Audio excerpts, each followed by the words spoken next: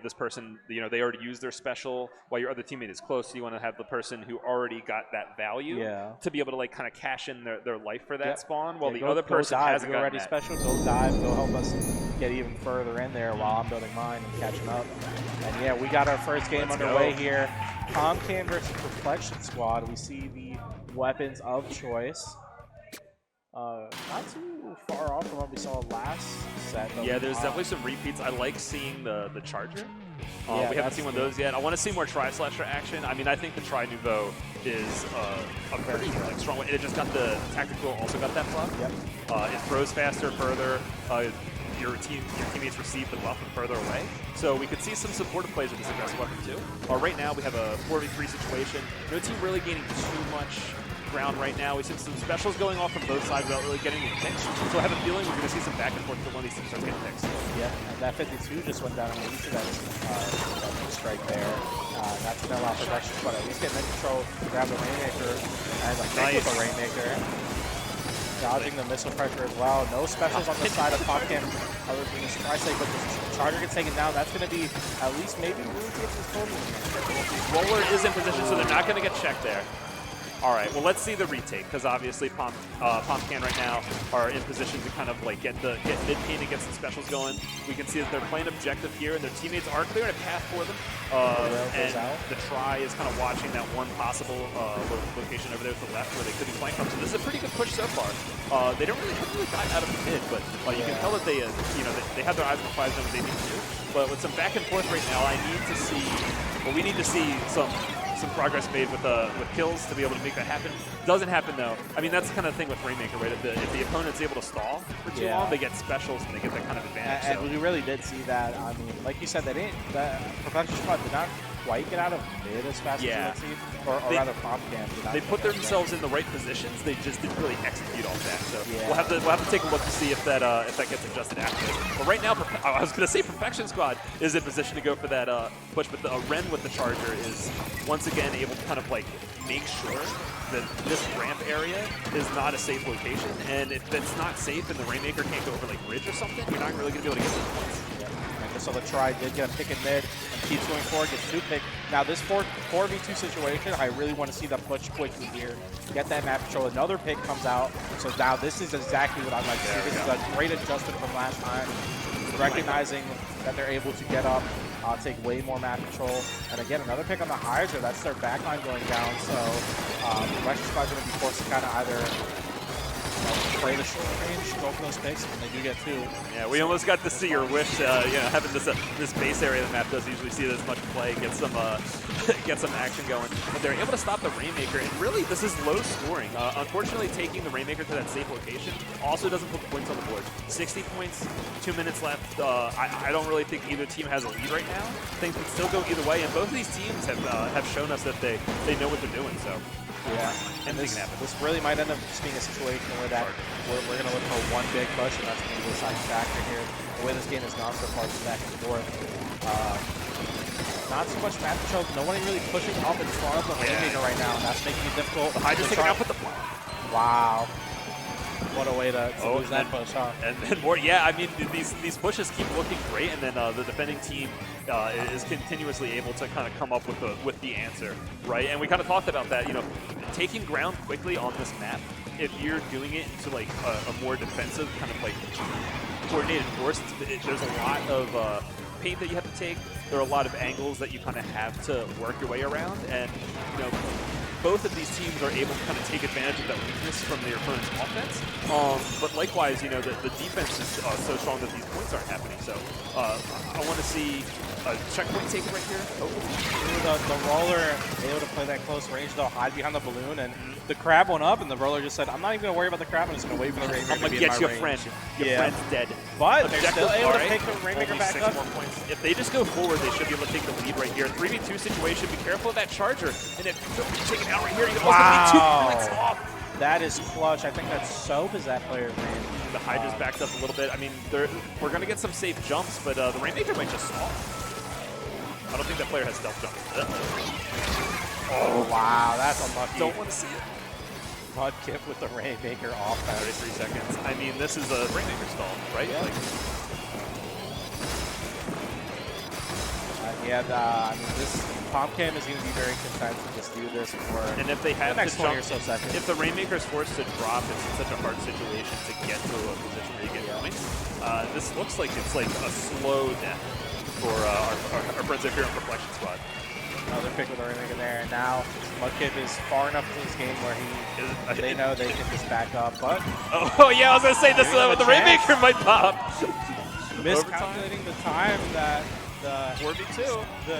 when you go to that area, the Rainmaker clock does speed up, and they were just quick enough on it where it exploded. So one more chance, but once again, the roller is Flinks just giving the teammate the okadoke. It's like, I'm going to pay attention to you. Nah, psych, I'm playing objective. I have my eyes on the prize, and that's going to be game one for them.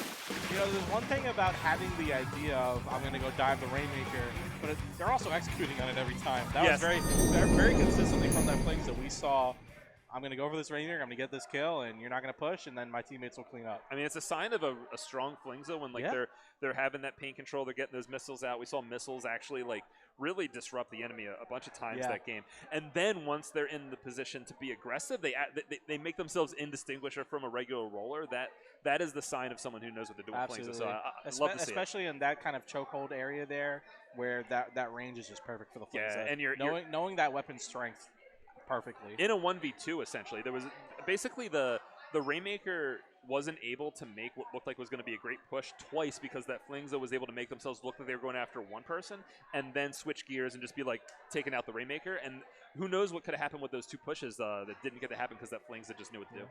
And I wonder if we're going to see a kind of similar playstyle from PomCan going into this next game here, because we saw kind of a very staldy playstyle and not really too much focus on offense there. Yeah. They were content to get those little pushes, keep the pressure up, and just play their lead, even though it wasn't a big lead.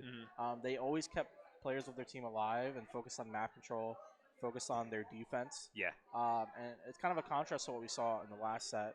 So it's a very unique play style here. Yeah, I mean, especially on that map as well. You know, it could be one of those contextual things where it's just players sometimes like they associate certain maps and modes with a certain type of like I'm gonna start in third gear on this map, but I'm gonna start in like second or first gear on this map. You know, like it's kind of like your default posture, and sometimes just those habits can kind of like turn into those types of play styles without you realizing how much it's bleeding into the rest of the game. I mean, I think it's just in Splatoon, it's kind of like fundamental to know like when you are the team that can beat down on the other team. Yes. When you're in that dominant position, when you can impose yourself on the opponent, being able to notice it quick and get in there and make the push happen is really important because you only have so much time. Players respond really quickly, players move really quickly. The game state can change so fast in this game. But we are back on Clan Blitz and we're in Inkblot Art Academy, so this is going to be a much different game, map than we saw. A lot more room for aggression. Yeah, a lot closer in range. A lot of scenarios where this map you're going to be in those close range situations. Same exact weapons coming out from PomCan, and I like that. Because that's a team that definitely knows the strength of the weapons. That's hard to know some play that Flingza. We see a lot of good plays. Yeah, that really going down there from the Perplexion squad. It's going to be interesting to see the wave trigger right off the bat from the Perplexion squad. So knowledge of the enemy on that open pick. So still, not even really out of the game. And I do like the positioning from squad is if you see the Hydra, which they can put pressure on game without engaging in the target. And for those of you who have spent a long time playing Flatline, them's the beast, right? Sometimes the chicken clutches it. But yeah, as you were saying, Scott can definitely get taken out very quickly by a charger. If you're out of position where a charger is just Flatline, as a Flatline, like with a slower weapon, that imposes itself harder once in position.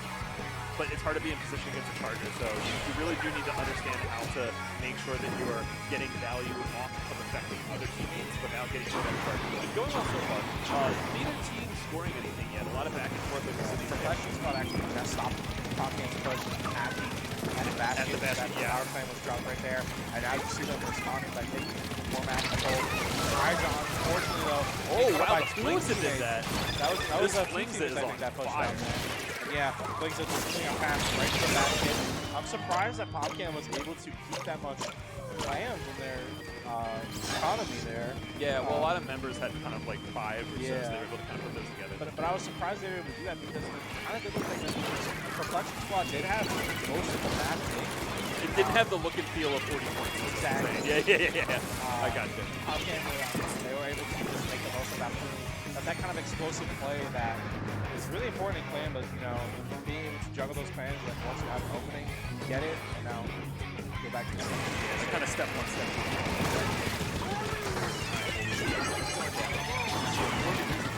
There's a lot of people backed up right now, so Perplexion Squad is the they are the beatdown. They can impose themselves. To see if they do. We have a wave breaker going down. A special use from PomCan kind of early, so this is a little bit of an opportunity. We have a window now. So Perplexion Squad is putting some work. If this Hydra gets a pick, someone else gets a pick. We have a 4v3 playing objective. Oh, but the Tri-Slasher gonna spam that choke point. Two members kind of set themselves through it. We might see some points right now. I don't know if we're going to see 40 minutes. That's a big splat bomb though, and now the Flink is trying to defend that area pretty well. It looks like they did it. Yeah, Perplexion Squad just kind of trying to hold on to mid, get some more plans up, and not let this get out of control. He's going to have all 4 people missiled right now, so everyone should be just rocketing forward at this moment. This placement special, been nerfed since Splat 2, still good old missiles. Unfortunately, though, we didn't really see PomCan take ground with those missiles. They just sort of made sure that it would be taken. Both of these teams don't really have that high of a score. Got to be a little bit careful playing too defensively right now. We saw them playing like that last game, it worked out, but you're just one slippery situation away from it all being taken away. What I'm noticing from PomCan is that they're down to this way of the game where even if it looks like a situation where they could push up, unless they know for sure that if I push, I'm going to get some objective, I'm going to get something scored, unless they're positive that they're going to escape and get scored, they're not really usually pushing up like that. Yeah. Now, thanks to a clutch goal from the Hydra there, they're not able to get that power point in the backseat just yet. Still trying, though. But nope, just going to back up. Like you said, they're just going to wait, try to find their picks. Kind of playing that neutral play style. Just looking for picks until they're short as get one here. Now we're down to the last minute already. Well, now, certainty may not be a luxury that these teams can afford. This last minute right now, very critical. Because they do only really need a power play win a little bit more. So either team could make this happen right now. But we see PomCan kind of noticing that this is the opportunity for their opponents to push. And they do try to take mid, but Perplexion Squad is able to kind of recognize that, punish that. We just have some quick respawns happening from the tactical right now. But if this it's a trade. I mean, we're close, 21 seconds left. That trade still favors PomCan with the lead in possession. It does, exactly. We see these picks happening, and they look exciting, but position-wise, these teams really aren't anywhere able to change the game state, and it's going to go in PomCan's favor if this keeps happening. Perplexion Squad only having one special to work with right now. Throws another down, but going for the jump. I mean, they're going to need a couple more clams. Do they know that that's supposed to? Oh, they're not quite close enough. Oh, nerds can't throw footballs. Oh, good defense. I mean, and overtime's happening right here. Celebrating coming out from PomCan. So they're feeling good about that win. Just another clutch in that last-minute scenario. You mentioned it was dangerous because that one push it would have ended the game. I mean, if that tri-strike hadn't gotten those kills, if that football had gone in the basket, I mean, I didn't really see. I think the football was just barely out of range. It so kind of felt like to kind of move forward. They thought maybe I need to move forward an inch before I could do this, and but we're just taking out. Shut down. I kind of feel like maybe Perplexion Squad just got a little bit panicky at the end there. Mm-hmm. Didn't really coordinate that push as well as they could have been because. You got to get that jump off in that right spot. Yeah. And you got to keep putting on that pressure to where you just need 2 clams, play for that goal. And it kind of feels like they maybe jumped the gun a bit. I don't know how much time they had. They were they knew there were motions to go through, and they went through them. Wasn't quite executed perfectly. Exactly. But that's also, I mean, on one hand, you can be critical about it. On the other hand, it's like, well, that's just then there's beats, right? These little mistakes happen all the time. Even the best players have these little errors happen. If you wait until it's the very last second to do that, if you do the classic last 30 seconds objective, the pressure's on. Even if you play really well, even you play perfectly, there's no guarantee that everything's going to fall in your favor. And if you're really putting all that, you're taking that huge risk that this one attempt has to be what pays off. Yep. If it doesn't pay off, that's what happens. So exactly. So it's easy to focus in on that moment, but I mean, throughout the whole game. Again, that kind of defensive play style from PomCan where they kind of were content to just hold mid, play for picks. Didn't really focus on diving. What I want to see, I want to see Perplexion Squad make the adjustment and start having these game-winning pushes, or at least these attempts, put like score pressure on PomCan to actually return the favor instead of kind of get like an early lead and then just sort of like win this neutral, win this neutral, win this neutral, because that kind of play style works when your opponents aren't able to get those full pushes going. But if they start recognizing when they can and punish your play style, it's not going to work anymore. Yeah. We have one more opportunity to see it in the set, but I would like to see it. It almost feels like they need to try to find those opportunities where, because PomCan is very good at not letting a full team wipe happen in that game. They need to try to find those opportunities where PomCan is starting to back up. Well, someone needs to recognize don't have it out. Understand when you don't need a full wipe, you just need to put them on the back burner and start taking more control, start putting on that pressure. Sometimes all you got to do is say hold forward and comms, and then the push just happens. So yeah. Let's see. So this is going to be very interesting here. We've got new weapons from Perplexion. We got the sloshing machine, the classic, and the rapid. We've also got E-Leader for PomCan, which can basically shoot across this entire map because this is a tiny, tiny Mahi. Yeah, I mean, for a heavy, that's hard to deal with, so we'll see how this matchup goes. We have the zone being taken right now by PomCan, but they don't really have manpower mid, so it looks like, yeah, they're gonna have to kind of give this up, you know, have a penalty put on their score. Let's see how Perplexion Squad's able to make this hold happen, because, you know, if the heavy kind of position themselves to be able to play the E-Leader matchup properly, if they're able to get some kills in the base, but it looks like they're kind of backed up a little bit. I think that they will get lead off of this, but it's not very large of a lead. And with this Flames of being able to launch these missiles, yeah, I think they're going to be able to kind of take mid right now. But no, either team kind of overcommitting to this. We see some specials going off, but no. I mean, the objective hasn't changed hands yet, but the map control has. So now we get to see PomCan in position again to get these points. Yeah, but I mean, a solid push for Perplexion Squad. Definitely going to need more of that from them to stay in this game and try to maintain that lead. Tri-State going to push this with the two back, some mid. And now we see multiple members of Perplexion Squad moving up together to kind of stuff in that one side. Pressure on this Hydra here, this heavy, I should say. He does get taken out. Ryder's not going to take out, but Waveburger does get taken out by enemy players right now, as Crispy is trying to punish Soap. I mean, Soap has been so slippery, no pun intended, this whole game. So prioritizing that Flingza, getting that thorn out of their side is how you take them out before makes them happen. But I mean, Perplexion Squad still has the lead. If they're able to you know, get some picks and put a delay on PomCan's ability to kind of take back mid, they can definitely take this. I think they're playing it well. I just want to see them position themselves a little bit more forward. I want to see that confidence as a group. Yeah, but what PomCan is doing with the space right now, they were able to build specials because Perplexion wasn't really moved up to put enough pressure on them to where they couldn't kind of really get some paint down, and you just saw multiple specials come out from PomCan. That was an easy way to get mid, and now we're going to see how they're able to push up here. Yeah, show me the push. I see this 52 was taking a nice position over there to the right, but unfortunately the teammates weren't really also in similar positions. So Perplexion Squad's going to be able to move into mid. Can they make more happen? There's the E-Leader, so the E-Leader's going to get. But the zone was captured, and that's huge because that's adding penalty points on PomCan. They have to do it again on top of another 40-second penalty. I mean, they have more penalty to get rid of than they have points to win the game afterwards right now. So that's a pretty big win for Perplexion Squad. Yeah, that's something that PomCan can't afford to keep much happen if they're going to get this lead. Although 2 down on PomCan's side.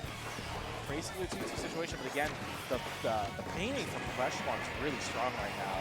This switch to rapid is working out really well. Yeah.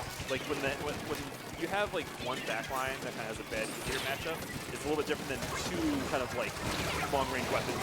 Now the E-Leader has to take up for 2 of them. As I say that, that's something we haven't seen all game, and this could be the difference maker here. Yeah, this entire set has not had that happen. PomCan is going to get the tactical down. They're probably going to dive a bit here, get themselves way more room than they've had to work with all set, but they do lose 1 member now. Yeah, this Tri-Slasher really, you could tell they really wanted to get aggressive. They recognize their teammate went down. They recognize that they just have to hold to get this lead just like this. and then, you know, do not lose control for the next minute. And that's another another wipeout. We see one member deep in Perplexion squad spawn there. That's what we wanted to see. That Tri-Slasher, I told you they wanted to get in there. They saw another opportunity, they did it. Now this flings even if they don't get this pick, I think this is GG. Yeah, they have enough space to where they were able to lock it down, and it took a while, but once you get in that spawn, once you're able to put in that kind of dominant performance where you're taking all that space away, not giving them any room to breathe, not giving them any room to get specials to take mid with. There were several, I mean, during the whole set, honestly, there was several times where it was like an opportunity to have like a big push going, and it didn't quite happen, you know, just little incremental points here, incremental points there. But we saw PomCan at the end there just say, you know what, we're just going to take your base. Yeah. No more. They finally had that opportunity and the ability to take advantage of it and the execution. And once they did, you can tell that they knew what they were doing and they were able to lock it down. Yeah, able to get in there. The one thing that was huge for them, they never got wiped out. They didn't. No matter what the situation was, if they're getting pushed back, you know, we saw some jump outs. We saw some, you know, falling back behind mid, but they were never getting wiped out, and that never let even when they Perplexion lost do the the same lead, thing they to get didn't into their squad. They didn't really lose the map, except there was like one time where the people alive did kind of like fall back far enough to the point where they did just like give up mid. But we never really saw like what you were talking about, like the actual entire squad's down, the enemies in our base. They never let Perplexion squad get past that mid Yes. and kind of further it into where, okay, now we're kind of in danger of being spawn camped. Yeah. They never needed to burn specials to get out of spawn.